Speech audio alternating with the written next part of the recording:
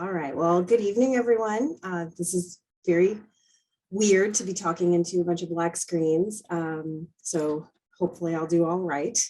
My name is Colleen Fava. If you were participating last semester, you probably remember I gave you your presentation on the notebooks. So I am the communications person. I ran a communication studio for the College of Science. I've been a technical writer, proposal developer, and as assistant director at the Space Grant and NASA EPSCoR programs, most of the communications type work lands on my shoulders.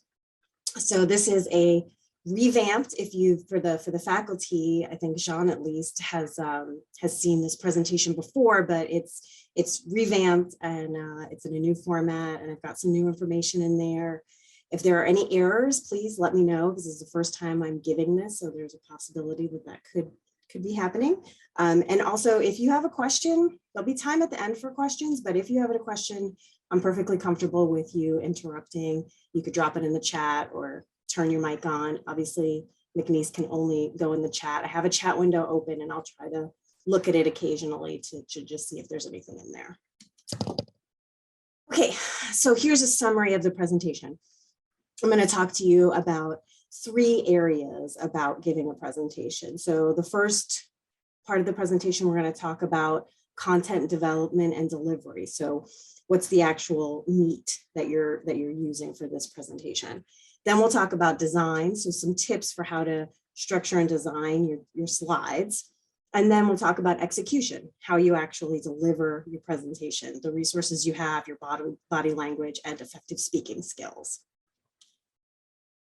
So I start this presentation with just a little bit of detail about communication strategy and some of these terms that you might not be familiar with. So when we're talking about communication, we're talking about the creation of some sort of artifact that is going to be delivered to a particular audience to convey a particular piece of information and achieve a certain outcome, right? Rhetorical strategy is a context-dependent tools that you use in order to effectively communicate. When we talk about communication modes, we're talking about the means of communication. So we're talking about visual, linguistic, spatial, oral, which means listening, gestural, and the communication medium is the channel through which that information, that mode is conveyed. So photograph, visual, essay, linguistic, furniture arrangement, landscape design, spatial, podcast, oral, dance, gestural, okay? Most communication artifacts are multimodal, right? So giving a presentation, using some slides that are visual, I'm speaking, which is linguistic, we're using video. Most STEM professionals are going to be expected to master certain media. So medium, the plural of medium is media. I'm not sure how many people know that. And the types of things that you're going to be expected to be able to deliver are papers, presentations, posters, and proposals. So the framework that I like to use for rhetorical strategy for all communication types, so this is not just relevant to your presentation, but to any kind of work that you're doing, is based on the oral tradition of appeals as defined by Aristotle. So it's the classic idea of logos, ethos, and pathos. And the logos, pathos, and ethos have been kind of transformed to also incorporate purpose, persona, and audience. So about 50, 60 years ago, Rhet Comp people, so the people who taught you, English 1000 when you got to college, these people, they, came up with this rhetorical strategy where you have this triangle, just like the logos, ethos, pathos, but you also have purpose, persona, and audience. So logos, so the appeals are the way that you're going to kind of make your argument. So Aristotle's philosophy was that and it was oration, right? There were not people writing, this is oral, that all oration was an argument. And your argument could either appeal to logic, which is your statistics, your ideas, the concrete messages. Ethos, which is the authority, the credibility, the data. Or pathos, the emotions, the values of your listeners the stories that the speaker tells. So purpose kind of lines up with logos, and this is the content, information, the subject matter content, and the goals. Persona is kind of like the ethos, the authority. This is your role and your manner. So who are you in this situation when you're giving a presentation? Are you a novice? Are you experienced? Are you trying to gain entry into a field, a group of people? Audience, who's listening and why are they listening? Depending on who your audience is, you could change, you could give the exact same talk. You could be talking about your research project, but if you were giving that talk to a middle school class, or if you were giving that talk to a group of scientists and engineers at NASA, the way that you're going to package that information is going to be different. When you put persona and audience and purpose together, you get the so what of your presentation, right? So your topic, and again, whether this is a presentation, a paper, a poster, an essay, whatever it is that you're working on, who cares, right? What's the point? Why is this whole thing happening? And that information is conveyed by figuring out who you are, what you're trying to tell, and what you're trying to get the audience to understand, right? That's the big picture. So you need to understand all of this information in order to move forward with creating the artifact you're about to create. When I was working with students more regularly, when I was teaching introductory English classes or working with students in the College of Science, very, very often, their students would think that they had writer's block when they were about to, they needed to start working on a presentation or a paper. But the truth was they didn't have writer's block. They didn't know what the assignment was because they hadn't figured out what they were trying to say. And so you really need to sit down and figure out like, okay, the goal isn't to give a presentation. The goal is to convey certain information. So it's very important that this strategy or whatever works for you, but figuring out what it is that you're trying to accomplish before you start trying to build the actual documents. Okay, so I've talked about figuring out your content, figuring out what you want to say. Now you're ready to start mapping your story. So you've defined the message, you're ready to map the story. What's the structure? Beginning, middle, end, and then the end credits, right? So the beginning is the introduction. That's where you're going to set everything up. The middle is the majority of the talk where you're going to give your evidence and you're going to stay on message. The end is where you might restate your goals, highlight major or important conclusions, talk about your results, talk about future work, whether that's work that you still have to do on the project or ways that the work that you have done could impact this field at, bigger. And then question and answer. Very rarely are you going to give a presentation somewhere where there's not an opportunity for questions and answers, but that's not an official component of the presentation. So I kind of think of it as the credits. Okay, the introductory content. That's going to be the first, minute or two, and that's going to be the first 2 slides. So your title slide should have all the basic logistic information. So a title of your presentation, the names and titles of all the presenters. So at some point, you're going to start giving presentations related to the payloads that you're building, and you're going to be on a team, and you're going to have an electrical lead, you're going to have a mechanical lead, you're going to have a project manager. All those people's names should be on the title slide, and their titles should be included. So Jane Doe, project manager. You should have context. So the context for these would be LAESIS 2021, 2022, and then you would put, at your campus. So at McNeese, at UL, at LSU. You should have location for exactly where you're giving this presentation. So your context is you're a LAESIS team at McNeese, but if you come to LSU to do the vacuum chamber test and give a talk, the location of your talk is going to be at LSU. And then you want the date and the time. So that all goes on your title slide. Then your first content slide is a summary introduction. If you're doing a very short presentation, something that's under 10 slides, so sometimes a mission statement, general summary is really all that you need, or maybe a couple of bullets. You probably don't need a table of contents unless you're doing something much longer, and very often something right in the middle will suffice, which is what I had at the beginning of the presentation, was kind of a table of contents / mission statement with just the 3 kind of major categories. This is when you land or lose your audience, right? You tell them what you're about to tell them so that they know in advance, okay, these are the things that we're going to go through. These are the people that are going to be talking to us, and this is what they want us to understand. And this is especially important at, conferences, or, when you're doing your flight readiness review at Palestine. You might, there may be a question about your payload, and you want to front load. Okay, we are trying to measure this thing, and this is why we're certain that it's going to work. And these, we did all of these tests, and we're going to go through those results and show you that we are flight ready, right? You don't want it to be like a murder mystery surprise that they don't know what your big picture conclusions are. So you want to get your audience invested immediately. The body of your talk. So the body of your presentation, a lot of these tips that I'm giving you are very general and can be used for any sort of presentation that you're giving. Right here, we're going to, I'm kind of trying to tell you what a general research design talk might look like. So you think about, how you're going to plug that kind of information in.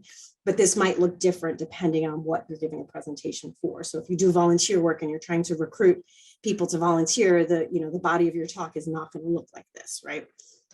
Okay, so I'm not going to go into all of this, but the big ones are, making sure that you do that big picture contextualization of your project, sharing your research questions, sharing your methodologies, letting your audience know what your major, your minor findings are. If you had any errors, you have to tell. If you hit any walls, if you got any unexpected results, you need to tell your audience about that.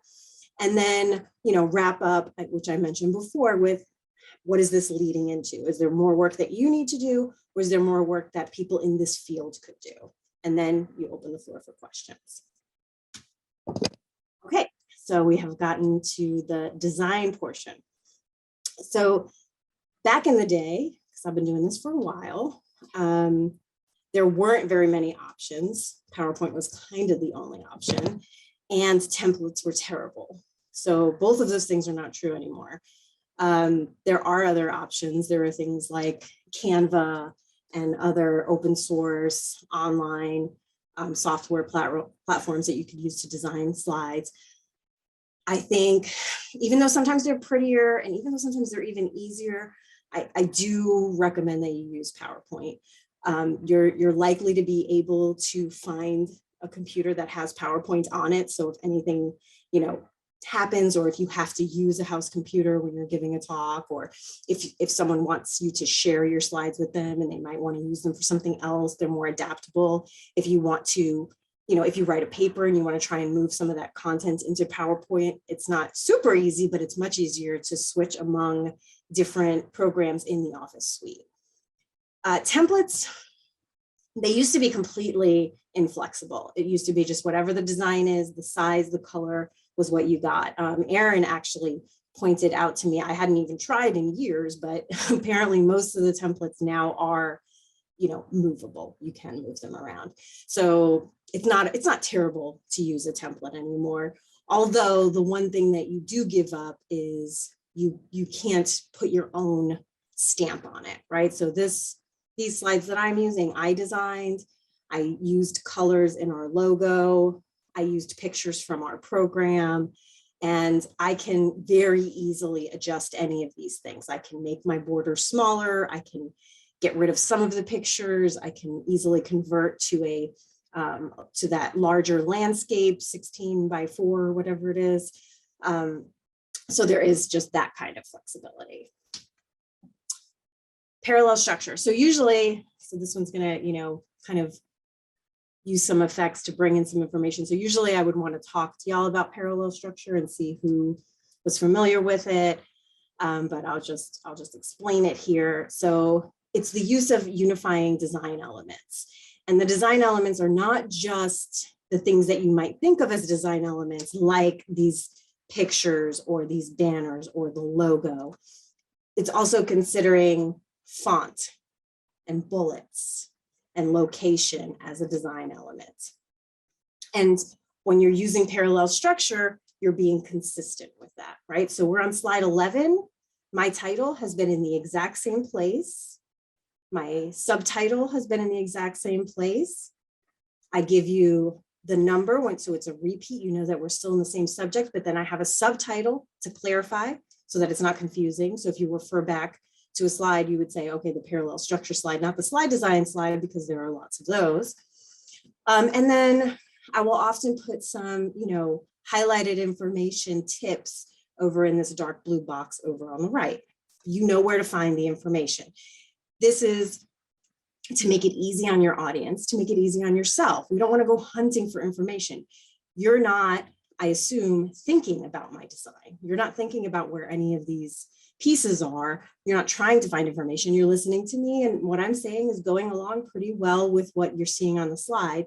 And so you're not conscious of it. But if things move around a lot and you're not quite sure where the information is, you might just stop listening to the speaker, and then you're just trying to find the information, and you don't want to do that. You're losing your audience there.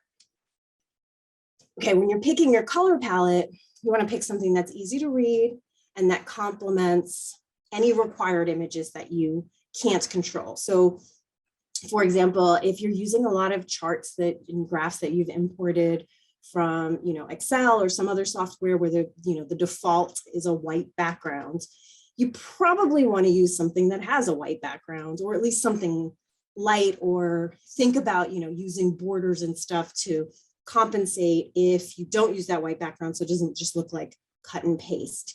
You don't want a ton of colors. Again, we don't want to be distracted. We just want to see some things that can kind of provide like an accent for us. So you see, I'm mostly using black on white.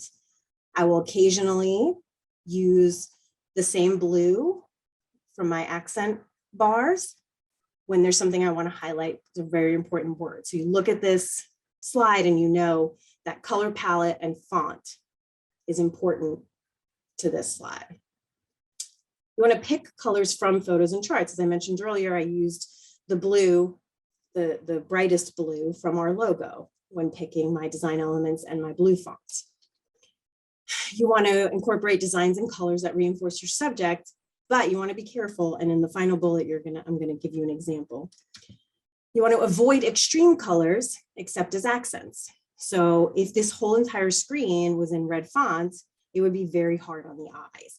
But I'm only using the red font to highlight the word extreme.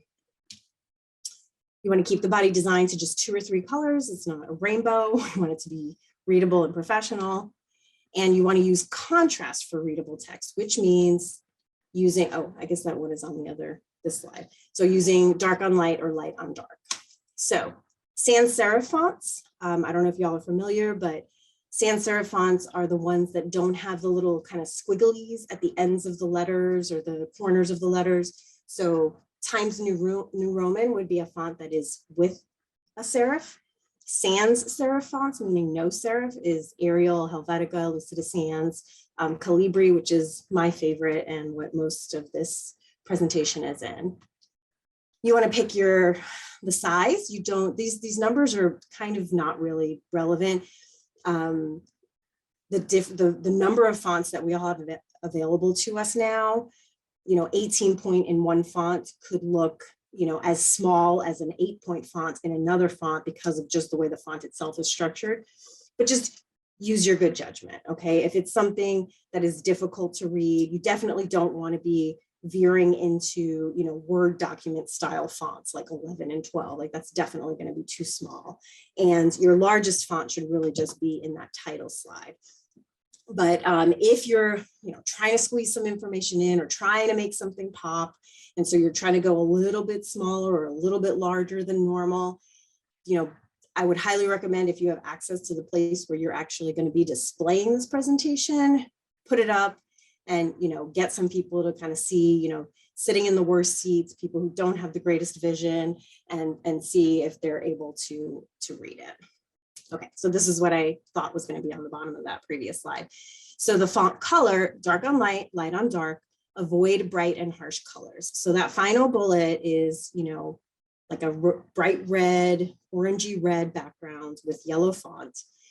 And when I had given this presentation, like maybe the second or third time I had ever given it, I gave it to a geology class and they were doing presentations on volcanoes. And I had told them, like I told you, to pick colors that reinforce their subject matter. And one of the students did their presentation with this just bright red background and yellow font. And it was really, really hard to look at, especially because you don't even realize how hard it's to look at until you see it on a large screen in a dark room, and everyone basically had a headache. So that would have been fine to use the red and yellow as like an accent, a design element, but not for the fonts. Okay, incorporating visuals. So when you have a visual, when you have a photograph, a sketch, a schematic, a graph, a chart, if it's in your slide, you better be referencing it. This picture, I'm showing you how to think about reader gravity when you are creating your slides. And this is especially important when you're building a poster, but basically for a Western reader, the way our eyes move across a page when we're first starting to look at a page, especially something that's not just, you know, straight up written text, which is obvious how your eyes go, we give priority to top left. Secondary priority is bottom right, tertiary's upper right, and the weakest spot is the low left, right? So the low left, so usually I put my design elements on the left-hand side. I put my logo in the bottom corner. So this is stuff that I want people to know. I want the branding to happen, but I don't want them paying attention to that while I'm giving my talk. So my text, you know, my title's there if you need to refer back, but you don't need to be consciously reading my title. You need to be reading that first line. That is, you know, basically kind of the tagline for the entire slide that's giving you the main points. And then when I have these bigger tips that I want, you know, you to take away, I have them kind of veering off into that bottom right in that box. Now, one thing I will say is, so you have to, if you have a slide and you have a picture and you don't reference it, and you have practiced and you are, you know, you really know what you're talking about and you don't reference it, it shouldn't be there. It means you don't need it. Now, if you're still warming up, you're still learning your subject material and you just forget to reference it, that's not the same as it shouldn't be there. The mistake that I see way more often is speakers trying to get the audience to see something, and instead of having an actual image of it, they're describing it. And the whole point of using PowerPoint slides is that they support your message and help you get things across more quickly than you could just use words, right? So if you're talking about some, you know, some statistical representation and you have like a major peak and a major drop in the data, why would you just say I have a major peak and a major drop, when if you had a chart that actually showed that major peak and major drop, you would get that point across so much more quickly. People wouldn't have to think like, well, how big of a difference are those numbers, right? They could just see the actual chart. When you put pictures side by side, you are automatically cueing to your audience that these images are in conversation with each other. So if they are not, if you really don't want people to be thinking about these two pictures as a part of a bigger whole, then don't put them on the same slide. Don't be thinking like, oh, well, I just need to fill space, or, oh, I'm only allowed to have so many slides, so I'm going to keep these here. It will be, you know, distracting, and it will kind of undermine the argument that you're trying to make. Additionally, when you insert figures and charts, you want to keep the same design elements that you have had. So if you have graphs and charts that need to be, you know, pretty large in order to be relevant and usable for your audience, then you probably want to have as little design going on in your slides as possible, so that you don't break brand and then all of a sudden just have this like full screen or almost full screen image, or then where's the title and you can't find any information. So this is an example of two side-by-side images that are being used successfully. They're in conversation with each other, and they're also showing an example of how to use additional visual cues to help the audience look at the pictures. So this is saying that these two charts tell us how many students were using the CXC Studio. So this was data from an old job of mine. And this was a check-in system that I had in my studio when students came in. And I documented how many students were coming in by day of the week over the course of an academic year. And fall 2009 shows that attendance was pretty varied, with a big peak on Wednesday. Spring showed a dip on Monday, with then a pretty steady number the rest of the week. Okay, so that's just an example. Okay, so we're through design tips. Now we're going into performance. So an effective presentation is an effective performance, right? So the tools and resources you have, whether you have, fancy overhead systems, microphones, videos, flashy slides, cool effects, that will help. But ultimately, even if you don't have those things, the quality of your performance is in your control. You could be standing in a room with no technology, no microphone, no computer, no screen, and you could give a talk about something that you're passionate about, right? You don't need all of those things. They just help us, and they help our audience members. So here, what are some tools and resources to support or types of tools and resources to support your performance? There's technology, there are supplements, there's the physical space, the room that you're in, there's the time that you are allowed or have to fill or have to squeeze through. There's your personal appearance, your body language, and your actual verbal language. So here is a pet peeve of mine. And normally I would ask you to talk to me about why this is a pet peeve of mine. So I really don't like it as a communications person when people say I'm giving a PowerPoint.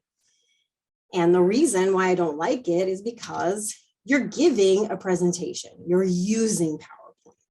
So the PowerPoint slides are a supplement. They're a tool just like all the other tools that you have at your disposal. So what are the other kinds of tools that you could use? So here's a picture from our most recent Space Grant meeting in October. We had it at the library. And this is a picture of one of the PhD students that's supported by Space Grant giving a talk on the research that she's working on. And the visual, actually, this image actually shows a handful of tools. There is PowerPoint. She is using PowerPoint slides. But I can also tell you that on the screen to the left, to the speaker's right, is a website where people can ask questions and other people in the audience can vote up the questions. In the foreground of the picture is my laptop. We ran this meeting as a hybrid, so we were also using Zoom. So this was, another tool where people, you give access to your talk to people from outside the room being able to participate and, ask questions and see what's going on. Additional tools could be handouts. So I mentioned earlier, if you have a chart that just has to be really big in order to appreciate all of the data, there's no reason why it only has to be on the screen. So it's possible that you're just never going to get the right resolution on the screen for everybody in the audience to really see and appreciate the whole scatter. So maybe, you still have it in your slide and you keep it up on the screen, but you're in a room with 10, 15 people. You could probably afford to just print out maybe a legal sized version of that chart, or even just a letter size in print might be easier to see. And you pass it out and you talk to your audience about the things that they're seeing. There are manipulatives, right? So at some point when you are giving your presentations, you will have started or finished building your box, right? The actual container that the payload is going to go in. So you will have schematics on the screen, but you could also have the actual physical box and hand that to, the other teams at your school, to your faculty advisor, and they can actually see what you have built. You could use whiteboards or chalkboards to, write out an equation or brainstorm some ideas if you have something, kind of interactive going on in your presentation. Computers, kind of take it for granted, but using a computer in a presentation was not always a given, and it's still not always a given. Projectors, being able to project the slides onto the screen. Microphones, if you're in a large room and people need to hear you. Videos, right? So video conferencing, like using Zoom, but also video recording, which we're also doing so that this and all the lectures throughout the year for LAISAS are available on the web so that people who can't be with us live can check them out and use them at their convenience, or go back and check certain components, certain areas that they want a refresher on. Websites, I mentioned in that upper left corner, that website where you can ask questions, and there could be other websites, other tools that you're using while you're giving your talk. And then PowerPoint slides. So I purposefully put PowerPoint slides at the bottom, even though that's the most common tool that we use. But again, because we forget that it is a tool and not the main point of the presentation. Okay, so to really nail your presentation, you need to effectively use the space, time, and technology to meet your goals. So you can't control a lot of these things, so you have to be aware of them and prepared for them. So where is your talk? Is it online? Is it in person? Is it hybrid? What does the physical space look like?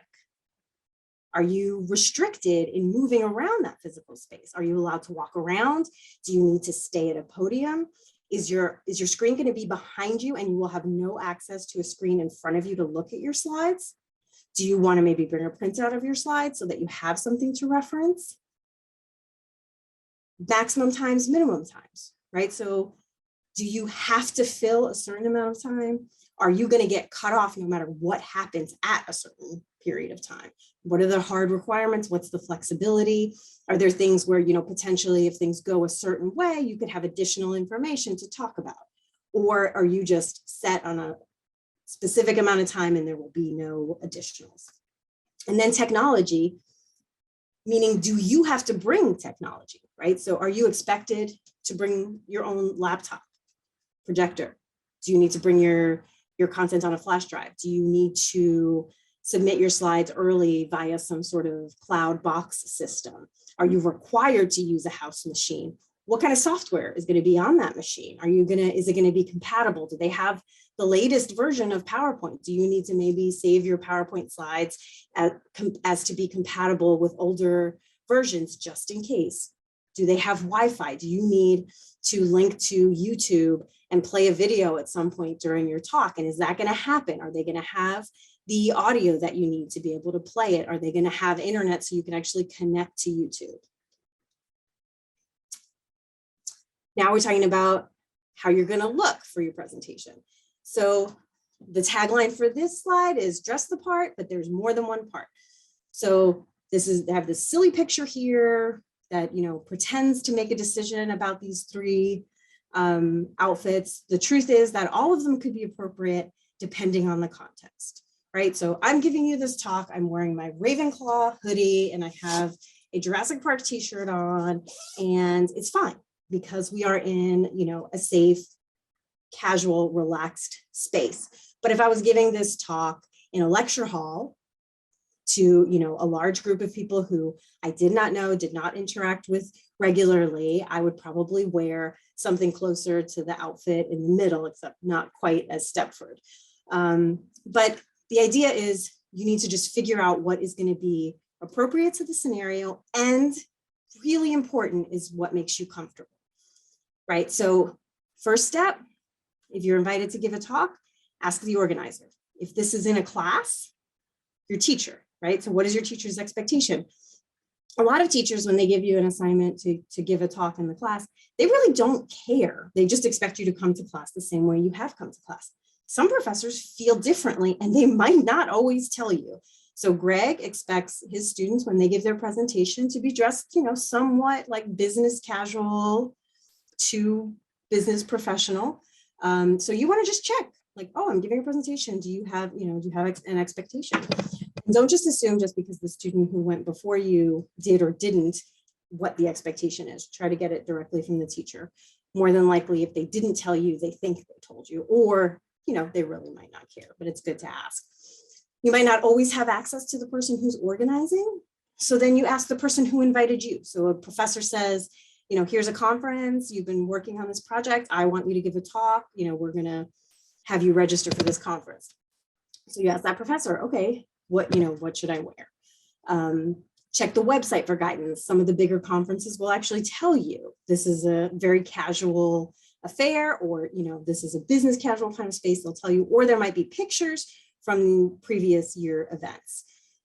You can also ask people who have attended, but then at the end of the day, you just use your best judgment and respect your own comfort, right? So you don't want to wear something that, shoes that are pinching you, a suit that looks like, it's supposed to be your father's, you haven't grown into it yet, or it belonged to your little brother, or, crazy high heels because you think that makes you look professional. And then you're miserable and you're thinking, this is very similar to you want to design your slides just enough to make them professional, but not be the focus of your talk.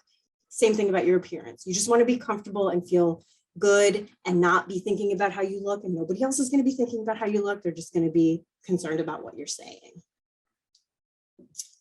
Okay, so body language, tagline, say what you mean and mean what your body says. So you want to face your audience. I mentioned before, maybe you're in a room where there's a slide behind, the screen is behind you and you don't have access to like a laptop or anything to kind of look down at. You cannot spend your whole presentation talking to that wall, right? So you need to know the technology so that you can make that plan. If you know that you're going to be drawn to just staring at your slides, bring a little printout so that you just glance down. Or if you're really good and you can memorize this stuff and you can just kind of glance back to get your footing and then look at your audience, that's fine. You figure out what your strengths and your weaknesses are and combat them. Make eye contact. This is a lot easier in person when people are actually looking back at you. You want to try and look in the camera. I have my camera positioned in a way that I hope makes it look like I'm looking directly at you. It kind of looks like that on my screen.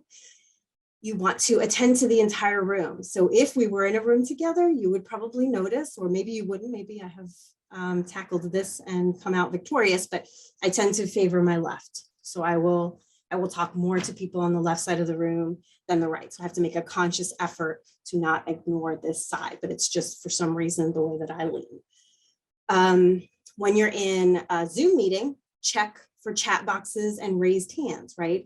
Be aware, like, or not just a Zoom meeting, but a Google Meetup, a Teams meeting, etc. Try to figure out where that content is. Best case scenario, if you have a teammate with you, have them moderate that space for you, monitor that space for you, and then they could say, hey, Colleen, you have a question in the chat, or hey, Colleen, Nick's got his hand up, and then we can pause and address that. You want to keep your body open and relaxed, right? So this especially doesn't happen that often when a person's actually talking, but I see it a lot in group presentations where when the other person's not talking, they're just standing there like this and they look really angry or like really bored and tired. Be conscious of the message that you're sending. More than likely, you're just nervous and you don't know what to do with yourself, but it could send the wrong message. And if you are bored or angry, you just don't want your audience to know about it. So just be conscious of that. Do not create distractions. So another thing you'll see sometimes is someone will be, standing there next to their teammate talking, and they'll be just very, for me, I'm very sensitive to sound and it will drive me crazy. And I will not be able to pay attention to what people are saying. So that's, a teammate creating the distraction. The other thing is don't succumb to distractions. Things will happen.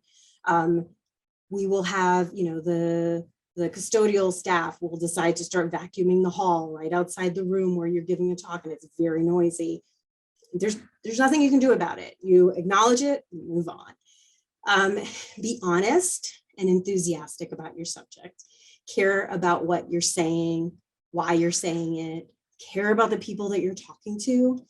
I want you guys to do well. I want your presentations to be solid. It's really important for your careers. No matter what you go into, this will be important for your careers. And especially if you stay in STEM fields, you will regularly be expected to share the work that you're doing and prove that your work is good and solid. And I want you to do really well. I don't like giving presentations. They make me super nervous. When I was in college, I would black out during presentations. After it was over, I would have no idea what I said. Sometimes I would wind up mentioning things that I didn't even remember I had researched. And then I would get a question about it and I would be completely confused. And they would say, but you talked about it, because I would just be so nervous. I'm better now, but it's still hard. But I care about you and I care about the work that I do. And that helps, I think, make me more approachable and make the presentations go better. I hope that that's true. Verbal language, say what you mean and believe what you say, right? So speak toward your audience, avoid the uhs and the ums. Those go away the more you practice. There are some people who are absolute amazing speakers and rarely and anyway. They're few and far between. And really the only thing is you haven't practiced, you're not used to doing this. And so every time you're trying to figure out where to go next, you're and umming. Practice is the only way to get rid of that. Speak slowly and clearly. I'm probably going a little bit too fast. I'm trying to be conscious of that. But when I'm nervous, I will go fast. But you want to make sure that your audience can understand what you're saying, that you're articulating. Check the correct pronunciation of terms. That was a funny one for me to stumble over. Sometimes you might not be able to find the pronunciation, but for the most part, you should be good. If you Google, how do you pronounce and insert something, there's like almost a video for everything. I try really hard when there's like names that I'm super not familiar with to, Google it. And sometimes I'll write myself a little phonetic note to, try and remind myself so that I can say, I hate saying people's names incorrectly. But you can Google almost anything. You can, ask your professors, you can ask your colleagues. But most importantly, sometimes there will be more than one pronunciation. Just be consistent. I've seen presentations where, especially like in biology, where everything is like a super long Latin name, where the student will just say the name different every time so that you're not sure that they're still talking about the same subject. So just, if you can't find a definitive answer, just pick one and stick with it. Acknowledge mistakes and quickly move on. I didn't plan this, I swear, but when I kind of stumbled over the words for checking the pronunciation, I acknowledged it and I kept going, right? If you your audience is normally mostly rooting for you. They want you to do well. No one's going to get hung up on a little mistake, right? So you can acknowledge it, or you could just barrel right through and keep going. Expect challenges and technical difficulties. Miraculously, that hasn't happened here, but I was prepared that something would go wrong. And I actually did a run through of this presentation this morning and recorded it. And it was like, okay, so if something should happen where my internet goes out or the sound gets all wonky or the connection is weird, we would have another video that we could at least post. And so everything would stay on track. I'm not saying that you have to necessarily have a prepared video for people to watch, but having being prepared that something could happen. Sometimes you might have to give your talk and the computer goes out. I've seen some people do it just amazing job where they don't even have anything printed and they just talk and it's like magic. I probably would not be able to do that. But if you have a printed version of your talk with you, that could save you a lot of heartache. Use the allotted time and only the allotted time. Use meaningful pauses.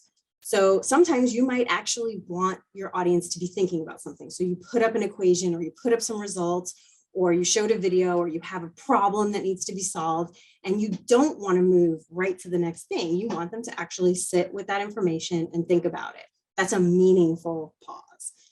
Use logical transitions between slides and speakers. So if you need to cut something in half because it doesn't fit on the slide and you're continuing, make sure that your title shows that there's a continuation and that your language flows easily from slide to slide. More importantly is logical transitions between speakers. Again, like I said multiple times, you will give presentations as a team. If your first presentation is 18 slides and you have 3 people on your team, you don't just decide everybody gets 6 slides, regardless of what the content breaks are, because It may not make any sense. Like it may be that there's just not a lot for the mechanical lead to say so far. We have just a preliminary sketch and she's just going to talk for 2 slides, this presentation, right? So, and you might switch back and forth. You might have someone give, 2 slides early and then 2 slides late. Just very logical and smooth, just kind of passing the baton. Monitor your audience engagement if you can. I have no idea if anyone is even listening to me right now. You all could be doing something completely different. But if we were in a room together, I would be, trying to see if you were engaged, if you looked confused, if you looked bored, if you looked like what I was saying didn't make any sense or it was super obvious, then, we would, maybe be able to do some adjusting. Unfortunately, that's not an option right here. Thank you. I got confirmation. Be honest and enthusiastic about your subject. I say that a lot because that's the driving force, is that you only say things that you genuinely know. It's okay to say, I don't know. I don't have the answer to that. I'll look it up. I'll look into it. I'll do that test, or tell me more about that so that I can incorporate it. Don't try and fudge the numbers. Don't try and pretend to talk to something that you can't, because if someone asks you about it, you probably have a really good idea already. And it's just, you don't have to know everything. Nobody knows everything, okay? Tip, respect your audience, your subject matter, and yourself, and you'll do okay. And then the final detail that you just can't get away from. Practice makes perfect. Practice, practice, practice. I have a little schedule here for how I think you should practice. So step 1 would be, you have completed your slides. You spend some time just kind of in your head, looking through the slides, talking to yourself silently, what you would say each slide. How is it making sense? Does something seem to be, missing? You'll notice, oh, I should have mentioned that. That actually should go there. Or, I probably need to define this before I start talking about that. And you make those tweaks. Then you practice out loud and you time yourself so that you make sure that you're meeting the parameters of the expectation. I don't think I mentioned this before, but when we were talking about time, it's not only about not going over time, it's about using all the time. If your professor gives you 20 minutes for a talk, or you're invited to a meeting and they give you 20 minutes to speak, they believe that it will take you about 20 minutes to get the content they're expecting. So you put together a 5-minute presentation in the class, you're probably not going to get a very good grade because the teacher's probably very confident in how much time it would take you to actually tell them the information that they're expecting you to know. And at a meeting, your audience is going to be disappointed. Like, I came to this room for this, I thought I was going to get more. So, you want to use the majority of the time that you are being offered. And doing some practices will help you with that. In general, usually every slide means about 2 minutes. Then practice out loud and time yourself in front of an audience. If you can get people in your field, people in your class, if it's a class, to give you feedback where they might actually have some, content knowledge, that's great. But even if it's just, your boyfriend, your girlfriend, your roommate, your friend, your little sister, somebody who you can just practice engaging while you are going through the material. Practice is ultimately going to improve the flow of your speech because you will have put these words into verbal sentences before. So you're not going to stumble as much. Things are going to flow more fluidly. It's going to reduce errors and inconsistencies and structural flaws, right? As you practice, you're going to realize like, oh gosh, I keep saying this thing, but I haven't defined it. Especially if you say it in front of an audience who understands the contents, and they can say, you were talking about this, but I don't think you ever told us what equation you used to get that fit. Like, how did that happen? It'll reduce your nervousness because while speaking as someone who gets very nervous, as I said, I won't be nervous that I don't know the material. I won't be nervous that I don't know what's on the slides. I'll only be nervous that, like statistically, I believe people's number one fear is public speaking and death is second. So generally people are more afraid of giving the eulogy than being the dead person at a funeral, right? So it's scary. I know it's scary, but you can do it. Everybody can do it. It'll identify content gaps, and it'll also help you improve your understanding of what you're actually talking about, right? Because the more you practice, you're probably going to freestyle a little bit, and you might start to think about, metaphors or analogies that would help you, or you might start to notice patterns that you hadn't noticed before until you started laying everything out and talking about it. So then you're not only teaching your audience your subject, you're teaching yourself. So practice, practice, practice, fail to prepare, be prepared to fail. And as I mentioned multiple times, respecting yourself, respecting your audience, respecting your subject. Practice is basically the best way to show that, because it shows that you put the effort in. That's it. I'm going to stop sharing, and I hope some people will put their cameras on for a second, and we'll see if anybody has any questions.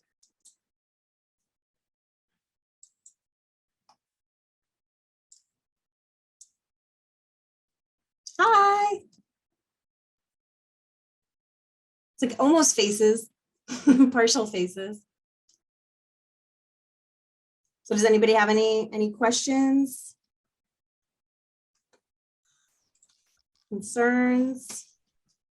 Complaints? Suggestions? Yeah, Colleen, we have a question here in the room. Cool. Yeah, is it okay to like bring a microphone, or like will it be like a speaker if it's hard for me to project my voice? Okay, so I heard the beginning was, is it okay to bring a microphone, but I didn't quite catch the end. Or like a speaker if it's hard for me to like project my voice?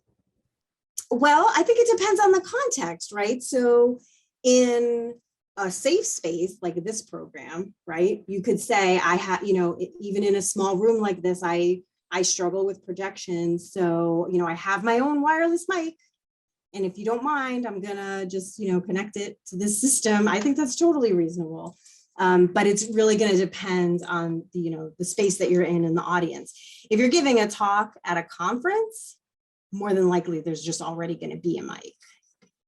I get nervous around mics. They make me feel like when I was in kindergarten, I had to read a poem and I had the chicken pox. And so I didn't get to rehearse with the class. They just sent the poem home for me to memorize. And they said, told all the little kids to make sure we projected so that all the audience members could hear us. So I didn't know there was going to be a microphone. And so I saw my own mother go when I shouted into the microphone my poem. So I'm still a little scarred from that. But yeah, I think that whatever makes you comfortable is what you should do. And understanding your own limitations and the things that you are prone to struggle with, and figuring out ways to compensate is really important. I saw myself actually do it at least once, like I saw myself in the camera, and I don't know, maybe I did it more than that, but I used to twirl my hair all the time. It was like a constant behavior. And I didn't even know that I was doing it until I got recorded giving a presentation and I saw myself. And for years, unless my hair was short, I always wore my hair up anytime I had to give a talk, because that was the only way I could be sure that I wasn't going to just like stand there twirling my hair like some vapid person. Because to me, it looked that way. Not that it means that, but that's how it felt to me. So, if you're a pen clicker, just don't have one near you when you're giving your talks so that you're not tempted. You just got to figure out what your weaknesses and strengths are and adjust. Anything else?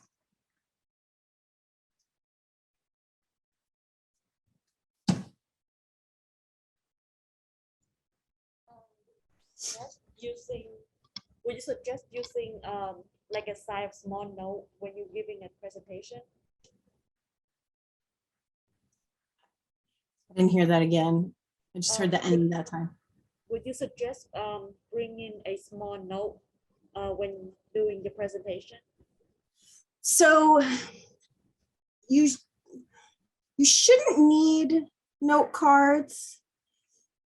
I think bringing a small like note style printout of your presentation, depending on what the like layout of the room is, but you really don't want to read to your audience, right? So no matter what your space looks like, you don't want to create a crutch that would have you just read things to people. because we don't need it to be a presentation if you're just going to read to me. I'll just go get your slides, I'll read them myself, and I'll let you know if I have any questions, right? It needs to be an engagement. So I would say, you know, notes might be, the kinds of notes you might want to put on note cards would be, you know, you're doing great. And you look down and you see the encouragement that you've written to yourself. But sort of to follow up on something you said earlier, if you're in one of those situations where your slides are behind you and you can't see, it would be a good idea. So you could have what is on each slide on a set of note cards so you can keep Yeah. track. Like, Well, I like think you said. the printed version, the printed notes version of your slides is a good, especially when you're like outside your world, right? So if you're on campus and the technology fails, your teachers are probably not expecting you to be able to give a talk. They told you to use PowerPoint and use the projector, and that's that. But if you go to a conference and it fails, you're still going to be expected to say something. So having, you know, a printed version to be able, you know, to still address your content, I think is a good idea. And if you're in a scenario that you know your slides are behind you, you know that you don't have access, and you know that some people, it's fine, they will just glance and they're good and then they will go. But not everybody can do that. And depending on how complex or new the information is, it just might be impossible to do it. You may really need to be repeatedly looking at that information. So then it's good to have it in front of you. I have recommended, I'm not sure what happens in that room right now, because I just have really barely been on campus for the last 2 years. But I did recommend that we have a laptop available on the conference table when the students are giving their presentation, so that they don't have to stare behind them and can glance down. I'm not sure if that's a current setup. Perfect. Good. But you can't control all spaces, so being prepared is important. Anything else? My dog seems to have a question. Anybody online have any questions? Okay, well, I think we'll call it a day. We will. We are done with this presentation. For me. But yeah, we'll call it a day on this presentation.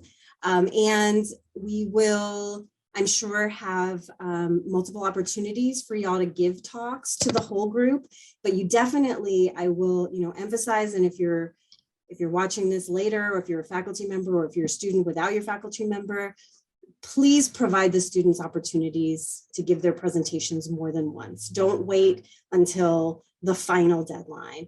You know, build in some time for them to practice and get some feedback, because a lot of this is new. Giving the talk is new, the content is new, the shape of the talk is new, and it's a lot of pressure. And, you know, giving them some regular feedback is just going to improve their final projects. So that's all. With that, I will say good night. Thanks, everybody. Yep. And thank you, Colleen. And I will just reiterate, there are 3 presentations at least that we are going to want to see. We're going to want to see one sometime around when we do the thermal vac test. You'll show your results. You'll do a presentation for your FRR at Palestine.